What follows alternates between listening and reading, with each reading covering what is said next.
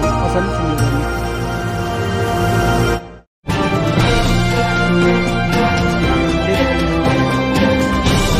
कच्चे मकान।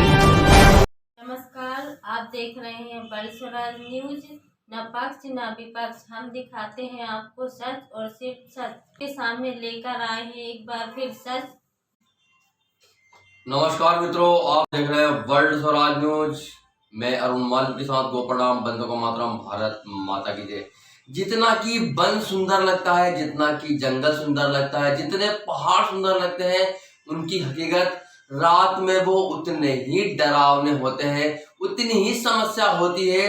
मात्र देखने में सुंदरता होती है, देखने में सुंदर लगते हैं। उसी प्रकार जैसे कि गांव सुंदर लगते हैं, गांव का जीवन सुंदर लगता है, उतना ही गांव का जीवन संघर्षमय है, उतना ही गांव की डगर सफर कठिन है, उतनी ही गांव में समस्या बनी हुई रहती है।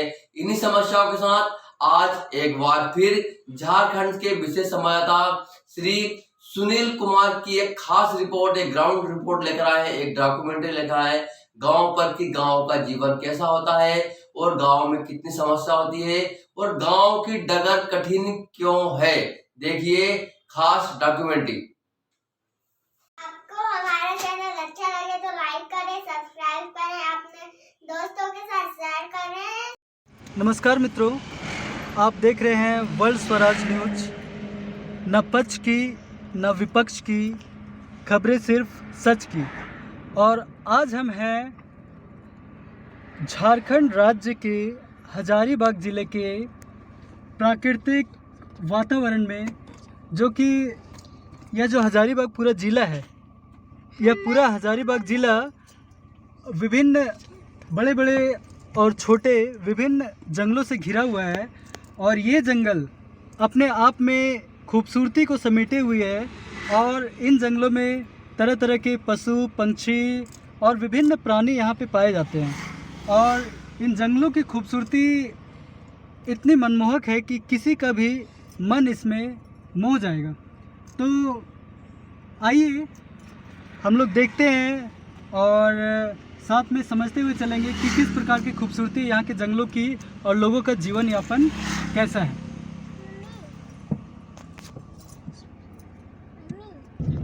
तो देखिए किस प्रकार से यहाँ जो है प्राकृतिक वातावरण है। और यहाँ पे पानी सप्लाई के लिए आप देख सकते हैं पाइपों का जो है सो जाल बिछाया गया है। और ये संभवतः कोनार नदी के पुल से, दाएं साइड दिखलाइए, कोनार नदी के पुल से लेकर के पानी का सप्लाई हजारीबाग टाउन में किया जाएगा। और इस पाइप के माध्यम से हजारीबाग के लोगों की प्यास बुझेगी। इस प्रकार की योजना है गवर्नमेंट की। और आप ये देखिए किस प्रकार की जंगलों की खूबसूरती है। इधर भी दिखलाइए, देखिए जंगलों की खूबसूरती किस प्रकार से है यहाँ पे और कितना भव्य वातावरण है। आगे दिखलाइए, देखिए जगह जगह खूबसूरत पुल और ये प्राकृतिक वादियाँ जो आपका मन मोहने के लिए पर्याप्त है। और ये देखिए यहाँ से आपका शुरू हो जाता है टाटीझरिया का वन प्रक्षेत्र। और यही वह क्षेत्र है जहाँ पे पर्यावरण मेला लगा करता है। आगे दिखलाइए, यही वह क्षेत्र है जहाँ पे पर्यावरण का मेला लगा करता है। और यहाँ पे पर्यावरण का मेले के माध्यम से पेड़ों का रक्षाबंधन किया जाता है। और पेड़ों का रक्षाबंधन करके लोगों को यह संदेश दिया जाता है कि हमें अपने पर्यावरण का संरक्षण करना चाहिए, पेड़ों का संरक्षण करना चाहिए। यदि पेड़ बचेंगे तो जीव जंतु बचेंगे, पेड़ बचेंगे तो मनुष्य बचेगी, पेड़ बचेंगे तब यह पृथ्वी बचेगी और पूरा मानव जाति बचेगा।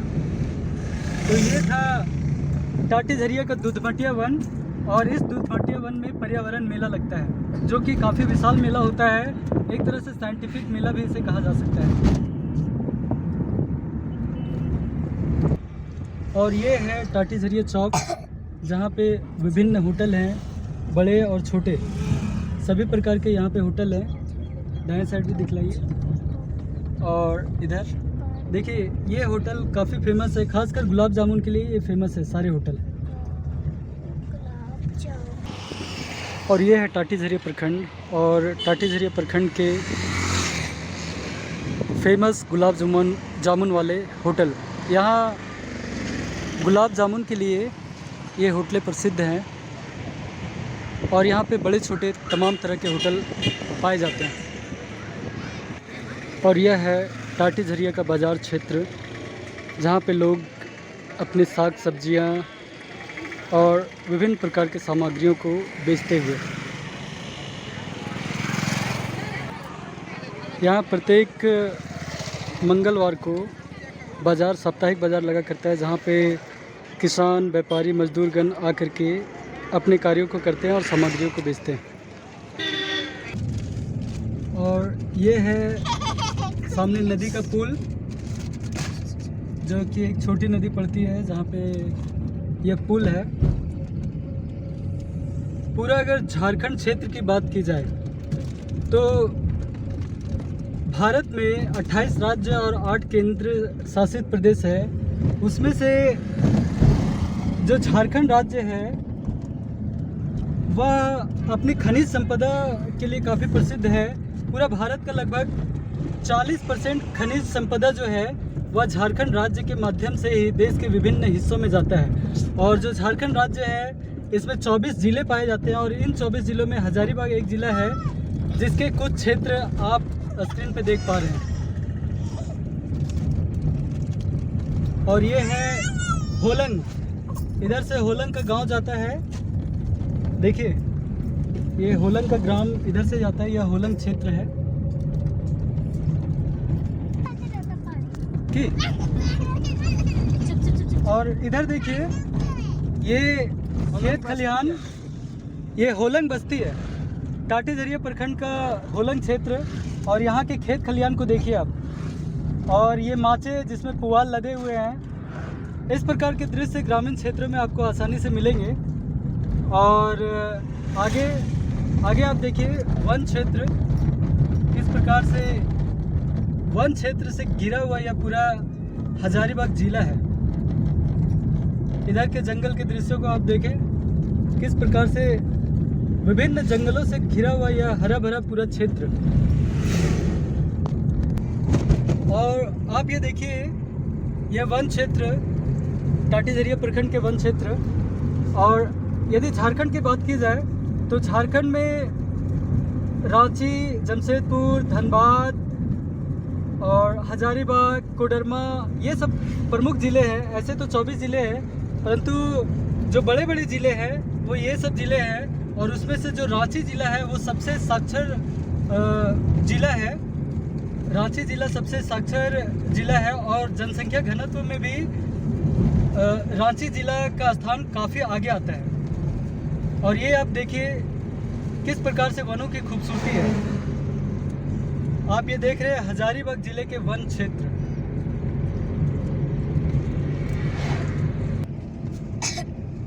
और ये जो आप इधर देख रहे हैं, इधर से जो रास्ता जाता है ये आदिवासी बहुल क्षेत्र है इधर। और इधर के अंदर बस्तियों में यदि आप जाएंगे तो बहुत सारे आपके आदिवासी ग्राम मिलेंगे, जैसे केंदुआ पसेरी है, और भी बहुत सारे आदिवासी गांव मिलेंगे जहां पे अंदर में ग्रामीण क्षेत्र में लोग रहते हैं और वहां पे अपना जीवन यापन करते हैं, प्राकृतिक जीवन शैली को अपनाते हैं। और ये आदिवासी बहुल क्षेत्र। और ये है बन्हे। और यह जो बन्हे क्षेत्र है, यहाँ से आपका शुरू हो जाता है ग्रामीण इलाका। यह विष्णुगढ़ से लगभग 4 से 5 किलोमीटर पहले है। और यहाँ से अंदर जाने पे आपको ग्रामीण क्षेत्र चालू हो जाएगा, जहाँ पे अलग अलग ग्राम के लोग रहते हैं। तो ये जो बन्हे के अंदर यदि आप घुसेंगे तो यहाँ पे आपको पक्के मकान मिलना शुरू हो जाएंगे। और आगे भी आप देख सकते हैं किस प्रकार से कच्चे मकान आपको गाँव में अक्सर आपको देखने को मिलेंगे।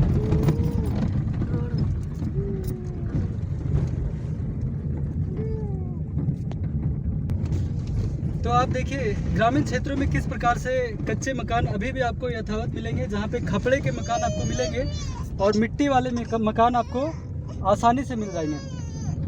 और यह ग्रामीण इलाका जहाँ पे लोग प्राकृतिक जीवन शैली को जीते हैं। और देखिए कितने सारे कच्चे मकान उधर कितने सारे कच्चे मकान आप इधर देख सकते हैं। और अभी भी ये बिल्कुल ऐसा लगता है जैसे कि अभी भी ये पहले वाली अवस्था में जी रहे हैं। हालांकि सरकार द्वारा काफ़ी प्रयास किया गया और ग्रामीण क्षेत्रों में लोगों को आवास योजनाएं दी गई है, परंतु इन क्षेत्रों में शायद आवास योजनाओं की पहुंच नहीं है, लोगों तक आवास शायद अभी तक नहीं पहुंचा है। क्योंकि ये कच्चे मकान ये गवाही देते हैं कि यहाँ अभी तक आवास योजना या तो पहुंची नहीं है अथवा अधिकारीगण आवास योजनाओं को लागू नहीं किए हैं अथवा प्रदान नहीं किए। तो आप देखिए किस प्रकार से लोग यहाँ पे अभी भी, ये टाटी झरिया का बन्हे का क्षेत्र है जहाँ पे अभी भी कच्चे मकान आपको पूरे मिलेंगे। और आप समझ सकते हैं सरकारी योजनाओं की जो पहुंच है वो ग्रामीण क्षेत्रों तक है या नहीं है।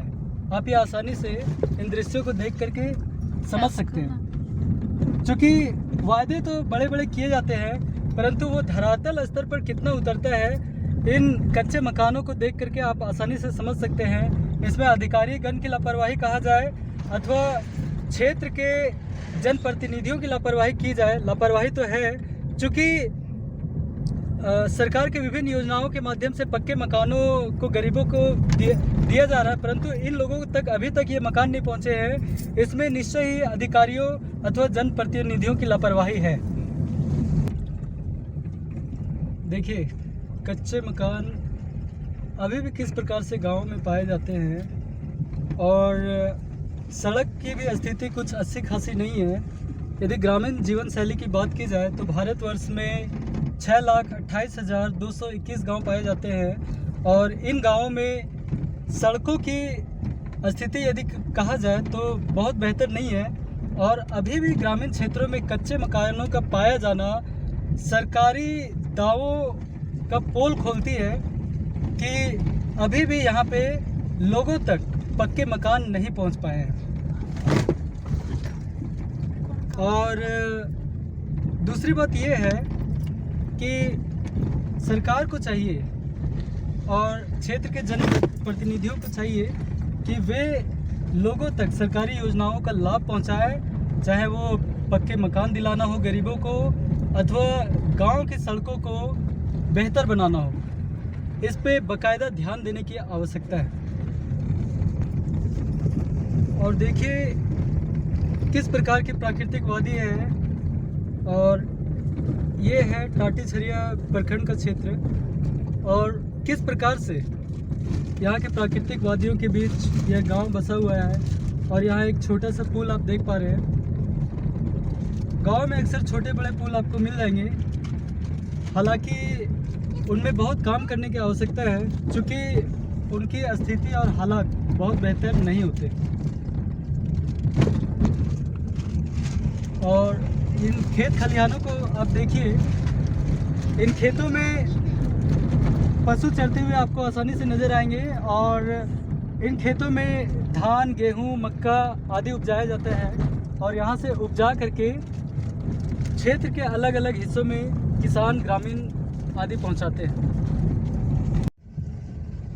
तो गांव की सड़कों को आप देख सकते हैं, समझ सकते हैं।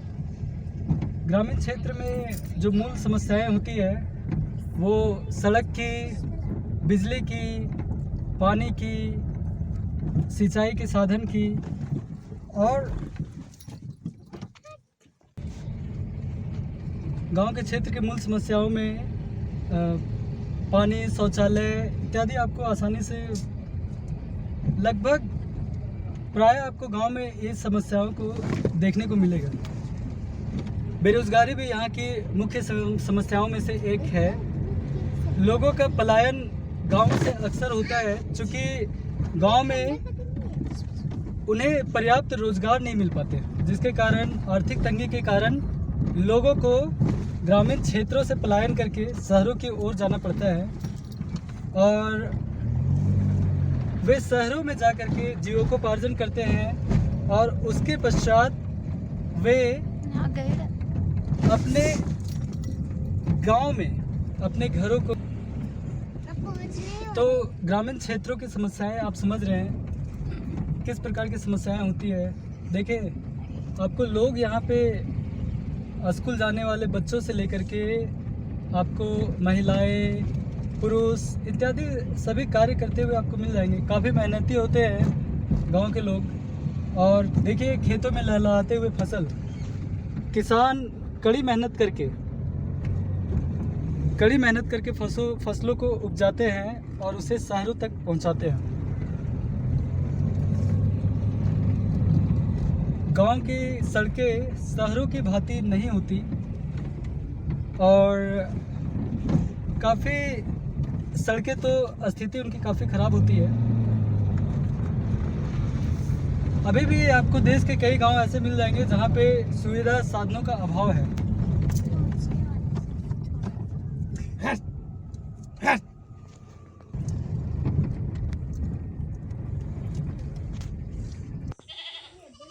भारत की आत्मा गांवों में बसती है।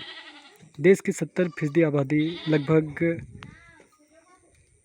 गांवों में निवास करती है और गांव के जो लोग होते हैं, एक तरह से कह सकते हैं कि वो प्राकृतिक जीवन शैली को अपनाते हैं। गांव में खूबसूरती होती है, सामंजस्य होता है, एकजुटता होता है। गांव के लोगों में एक अलग प्रकार का संबंध होता है। हालांकि वे प्राकृतिक जीवन शैली और प्राकृतिक जीवन को जीते हैं और काफ़ी लंबी आयु का जीवन उनका होता है। हालांकि अभी भी देश के कई गांवों की स्थिति बिल्कुल उसे बेहतर नहीं कहा जा सकता। अभी भी सरकारी योजनाओं की पहुंच वहां तक नहीं है और कच्चे मकान अभी भी आपको वहां पे मिलेंगे।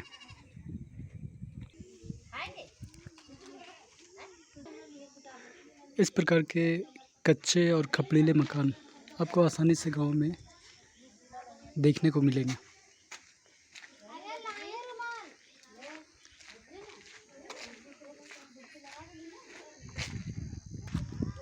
गांव के लोग जितना सादगी भरा जीवन जीते हैं, उतना ही उनकी दिनचर्या कठिन होती है। सुबह उठ कर के खेत खलिहान की खाद छानना, उसके बाद साग सब्जियां से लेकर विभिन्न फसलों को उपजाना, ये ग्रामीण लोगों के मुख्य कार्य हैं।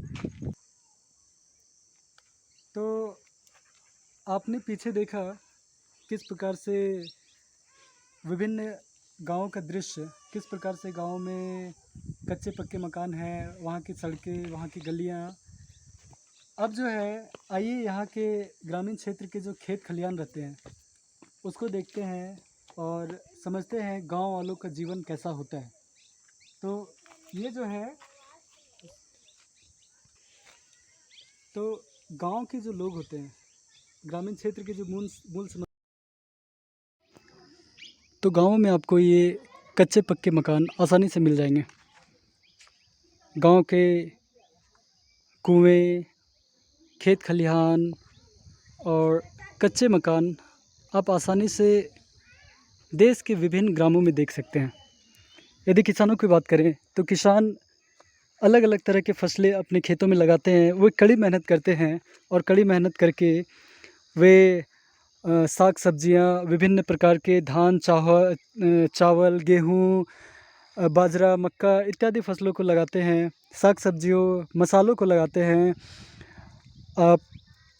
प्याज, लहसुन, मिर्च, विभिन्न प्रकार की सब्जियां, टमाटर, गोभी, आलू, मटर, विभिन्न प्रकार के खाद्यान्न सामग्रियों को वे उपजा करके और उसे शहरों तक पहुंचाते हैं और शहरों तक पहुंचा करके उनसे जो उनकी थोड़ी बहुत आमदनी होती है उससे वो अपना जीवन यापन करते हैं।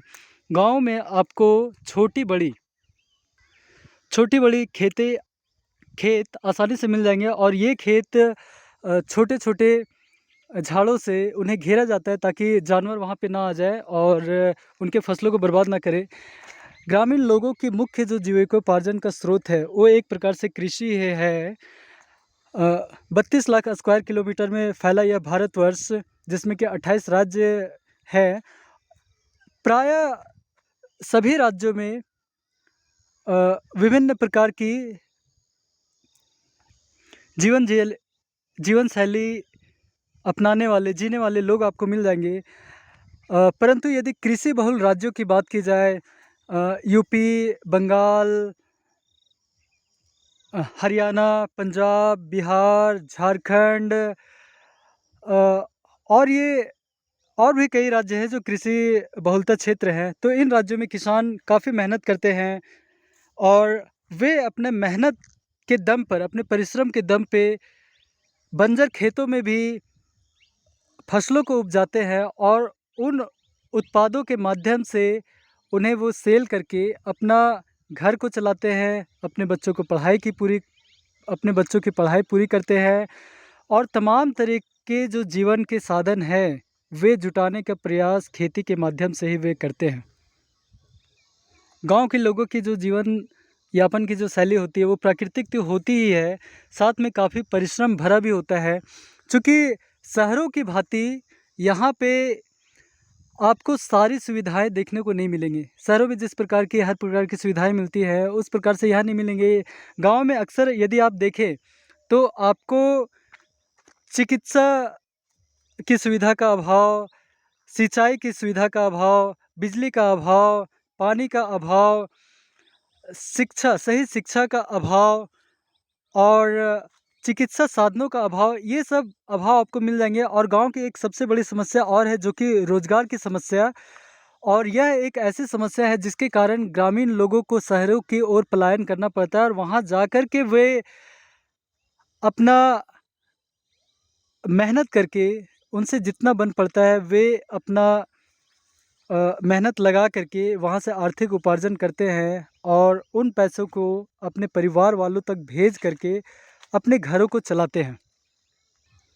गांव के मजदूर और किसान जितनी मेहनत करके वे फसलों को उपजाते हैं और कड़ी मेहनत करके मजदूरगण जो अपने जीविकोपार्जन का थोड़ा बहुत उपार्जन कर पाते हैं, इसको देख करके यही कहा जा सकता है कि सरकार को, गवर्नमेंट को बहुत अधिक ध्यान देने की आवश्यकता है किसानों के ऊपर, मजदूरों के ऊपर, और उन्हें ध्यान दे करके, सरकार को उन पर ध्यान दे करके उनकी जीवन शैली को ऊंचा उठाने का प्रयास करना चाहिए और विभिन्न योजनाओं के माध्यम से इनकी जो कठिनाइयां हैं इनको दूर करने का प्रयास करना चाहिए।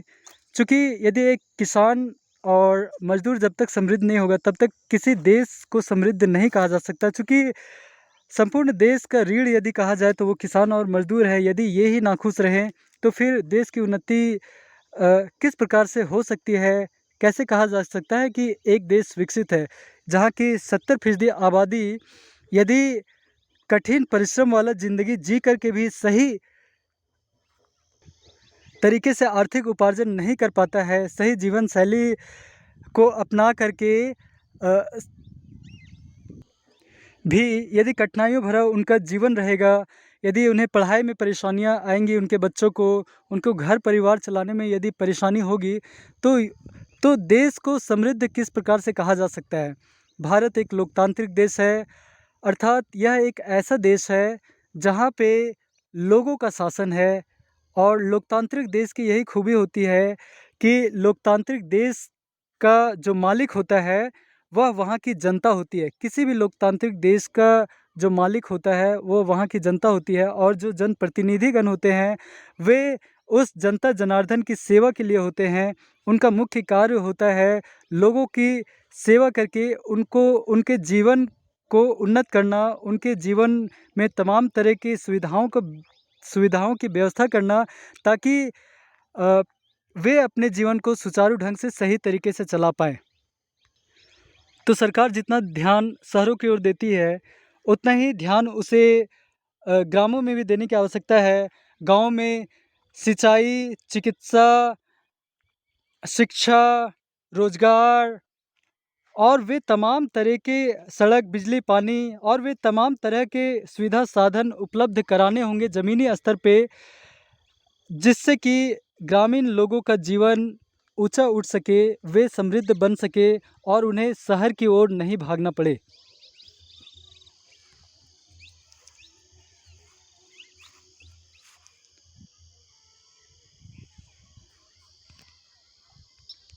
चौक चौराहों से लेकर के गांव की गलियों तक, गांव के पुल और सड़कों से लेकर के कच्चे पक्के मकान तक, और कृषकों के मेहनत को आपने बाकायदा देखा, उनके खेतों को देखा, खलिहानों को देखा। हमारा यह कहना है कि आप एक बार गाँव की अवश्य सैर करें और देखें कि किस प्रकार से वे संघर्षपूर्ण वहाँ पे जीवन जीते हैं और उस संघर्षपूर्ण जीवन में किस प्रकार से वे अपने आप को स्टेबल रखते हैं। इसलिए एक बार आपको गाँव की सैर अवश्य करनी चाहिए। आप देख रहे हैं वर्ल्ड स्वराज न्यूज़, न पक्ष की न विपक्ष की खबरें, सिर्फ सच की।